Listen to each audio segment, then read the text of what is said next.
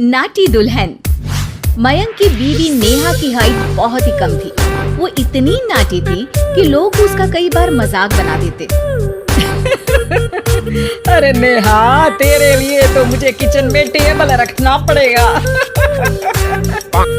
माँ जी, इतनी भी नाटी नहीं हूँ मैं। और हाँ, हिल्स पहनकर तो बिल्कुल आपके बराबर आ जाती हूँ। अरे तेरे पापा ने महंगी कार का लालच दे दिया, वरना तो मेरे बेटे के लिए लंबी लंबी लड़कियों की लाइन लगी थी। क्या बताऊं तुझे, कटरीना फैल थी उनके सामने। पर माँ जी, आपका मयंक भी तो हाइट में कौन सा अभिषेक बच्चन की तरह है जो कटरीना मिल जाती। वैसे भी मेरी और इनकी जोड़ी तो राम सीता की जोड़ी है, राम सीता की। एक दिन सभी खाना खा रहे होते हैं, तभी माँ, दाल बहुत अच्छी बनी है, जरा और देना। रुको जी, मैं लेकर आती हूँ, किचन में है। वैसे भी मैं खड़ी ही हूँ। ये सुनकर सास हंसने लगती है। तुम खड़ी हो या बैठी, एक जैसी लगती हो। बस कीजिए जी, अभी हिल्स नहीं पहनी है। वैसे भी हिल्स पहनती हूँ तो आपके बराबर ही लगती हूँ। एक दिन नेहा सब्जी लेने बाहर निकलती है तो पड़ोसन कहती है, अरे देखो देखो कितनी नाटी है। मयंक तो दिखने में अच्छा है, हाइट भी ठीक ठाक है, फिर क्या जरूरत थी ऐसी नाटी बहू लाने की। दहेज बहन दहेज, अंधे हो गए थे पैसों के पीछे, अब करे जगह साई।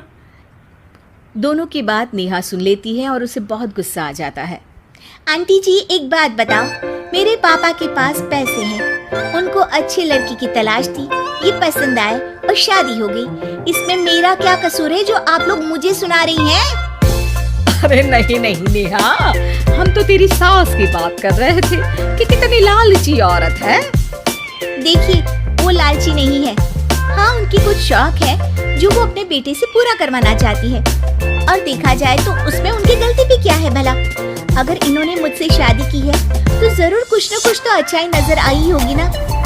और अब ना तो मैं आपकी बहू हूँ और ना ही आपके रिश्तेदारों को मुझसे मिलना है। फिर ये बात समझ नहीं आई कि आप इतना परेशान क्यों हो रही हैं। ये बोलकर नेहा वहाँ से निकल जाती है। नेहा, चलो तैयार हो जाओ, हम लोगों को एक पार्टी में जाना है। नेहा तैयार होकर पार्टी में जाती है, जहाँ मयंक का दोस्त उससे कहता है, अरे मयंक, तू लकी है यार, तेरी बीवी की हाइट इतनी कम है कि तुझे बच्चे की जरूरत ही नहीं है, भाभी ही बच्ची जैसी है। और मयंक, मेरी बीवी इतनी कम हाइट की हो ना तो मैं तो घर से बाहर ही ना निकलूं, कहीं फुदक कर चली गई तो लेने के देने पड़ जाएंगे। सभी नेहा पर हंसने लगते हैं। तभी पार्टी की जगह पर आग लग जाती है। अरे भागो यहाँ से, जल्दी करो, निकलो यहाँ से। अरे लेकिन बाहर के दरवाजे पर ही आग है, अब कैसे बाहर निकलेंगे? कोई रास्ता भी नहीं है। अरे रास्ता है ना, अगर कोई इस खिड़की से बाहर निकलकर अगर सामने के दरवाजे में आग को बुझा दे तो सब निकल सकते हैं। तभी नेहा उस छोटे से जरोखे से बाहर निकलकर आग को बुझा देती है। अरे वाह, भाभी जी ने तो आज हम सबको बचा लिया। वाह भाई वाह, बीवी हो तो ऐसी, अपने पति ही नहीं बल्कि यहाँ मौजूद सभी की जान बचा ली है इसने।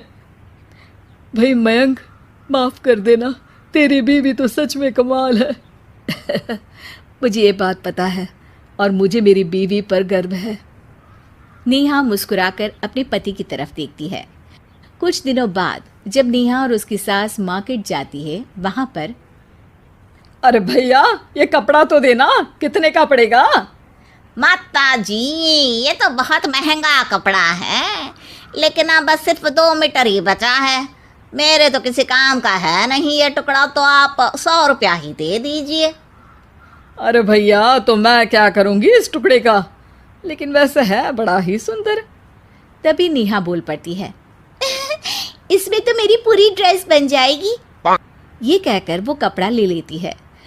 अगले दिन नेहा वो ड्रेस पहनकर सास के सामने आती है। अरे वाह नेहा, ये ड्रेस तो बहुत ही सुंदर लग रही है, बड़ी महंगी होगी ना? अरे कपड़ा तो मैंने ही पसंद किया था, बस पूरा नहीं था तो इसने ले लिया। सिर्फ 200 रुपये की ड्रेस है ये पूरी। देखो माँ जी, नाटी होने का भी कम फायदा नहीं है। जैसे तैसे दिन कट रहे थे। सास और पड़ोसियों के मजाक बनाने का सिलसिला चल ही रहा था कि एक दिन मोहल्ले से जोर जोर से आवाज आती है, हाय रे मैं मर गई, भगवान मैं क्या करूं। अरे क्या हुआ? देखते हैं तो सभी एक हॉल के सामने भीड़ लगाकर खड़े हैं। मेरा बेटा प्रिंस गड्ढे में गिर गया है। पड़ोसन जोर जोर से रोने लगती है कि तभी वहां नेहा आ जाती है। रोइए मत, मैं प्रिंस को लेकर आती हूँ। ये बोलकर नाटी सी पतली सी नेहा गड्ढे में घुसकर बच्ची को बाहर ले आती है। अब क्या था, एक बार फिर नेहा के लिए पूरा मोहल्ला तालियां बजाता है। मुझे माफ कर दो नेहा, मैंने तुम्हारी हाइट का कितना मजाक उड़ाया था। कोई बात नहीं मौसी, प्रिंस ठीक है, ये बात है। अब वो दिन आता है जब सास नेहा की तारीफ करती है। वाह बहू वाह, तेरी तारीफें सुन सुनकर तो मैं खुश हो गई। आज तो तूने ये साबित कर दिया कि समाज में इंसान अपने रंग रूप और लंबाई चौड़ाई से नहीं बल्कि साहस और हौसले से काबिल कहलाता है। मुझे माफ़ कर देना बेटा।